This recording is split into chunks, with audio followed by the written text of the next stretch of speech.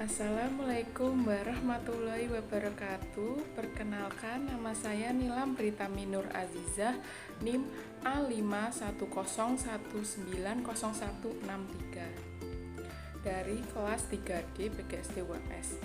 Nah, di sini saya akan memaparkan materi tentang permasalahan emosional pada anak. Berikut pemaparannya. Permasalahan emosional anak. Yang pertama yaitu pengertian emosional anak. Apa sih emosi anak? Emosi menurut Desmita tahun 2010, emosi adalah suatu reaksi kompleks yang mengaitkan satu tingkat kegiatan yang berubah-ubah secara mendalam serta dibarengi dengan perasaan yang kuat atau disertai dengan keadaan yang afektif.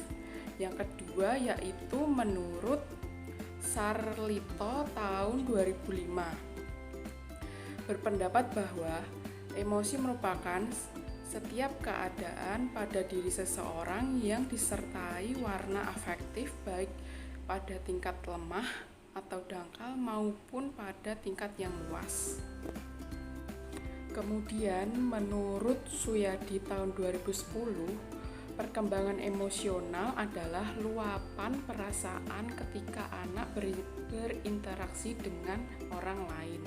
Kemudian yang kedua yaitu mengenai karakteristik emosional pada anak.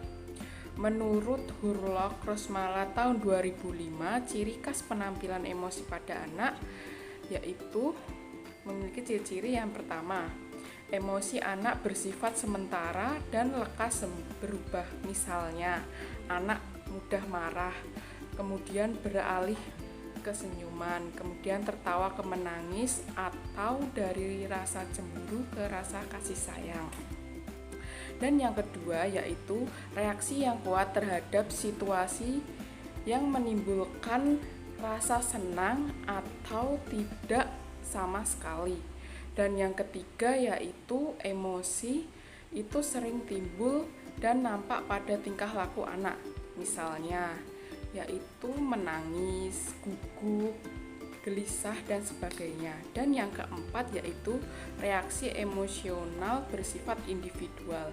Dan yang kelima yaitu emosi berubah kekuatannya pada usia tertentu. Emosi yang sangat kuat berkurang kekuatannya sesuai dengan usia. Yang ketiga yaitu mengenai faktor-faktor penyebab apa saja yang mempengaruhi perkembangan emosional anak. Yang pertama yaitu pola asuh orang tua. Keluarga merupakan lembaga pertama dan utama dalam kehidupan anak, tempat belajar dan berinteraksi menyatakan diri sebagai makhluk sosial. Karena keluarga merupakan tempat anak dalam berinteraksi.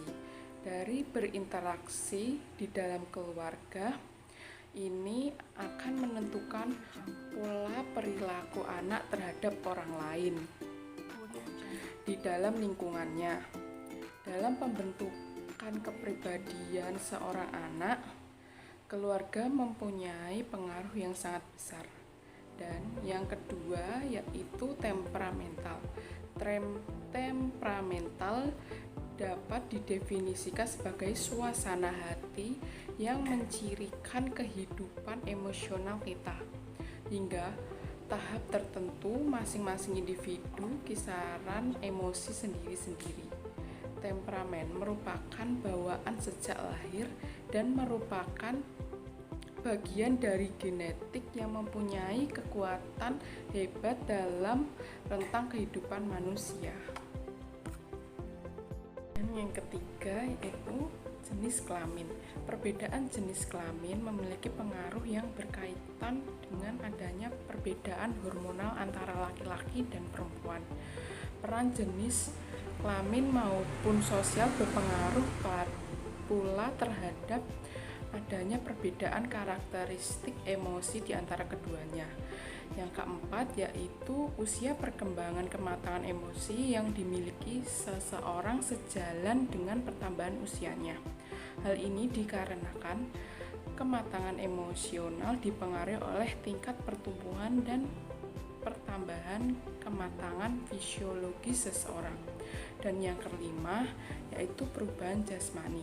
Perubahan jasmani ditunjukkan dengan adanya pertumbuhan yang sangat cepat dari anggota tubuh.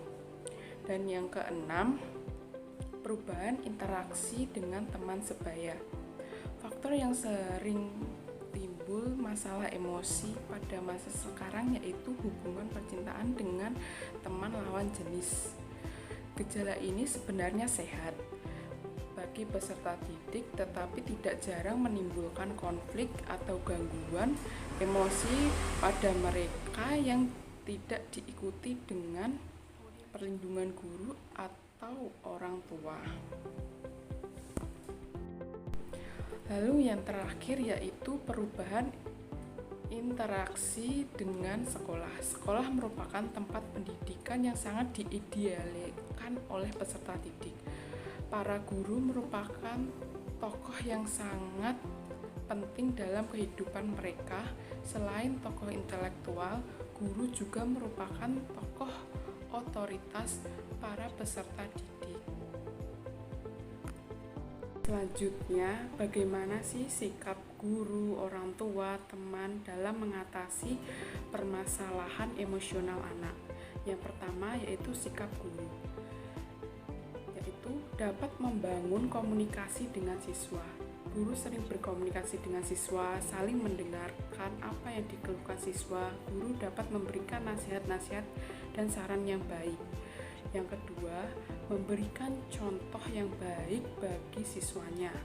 Yang ketiga, menasehati.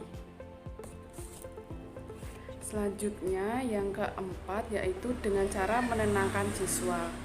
Siswa yang memiliki sifat agresif, guru dapat memberikan penjelasan, pengarahan, dan bimbingan kepada siswa dengan mengatakan kepadanya yaitu marah itu boleh, tetapi tidak boleh memukul teman. Dan yang kelima yaitu mencari akar dari penyebab.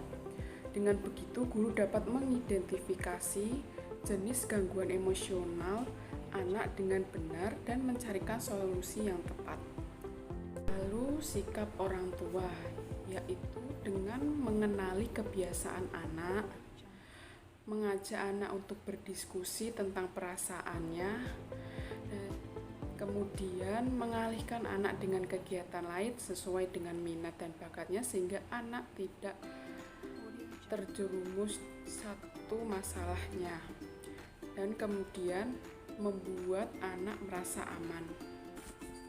Sikap teman, yaitu dengan merangkul dan menasehati, saling bertukar pikiran tentang masalah yang dihadapi, membuat mereka nyaman bercerita dan memberikan solusi.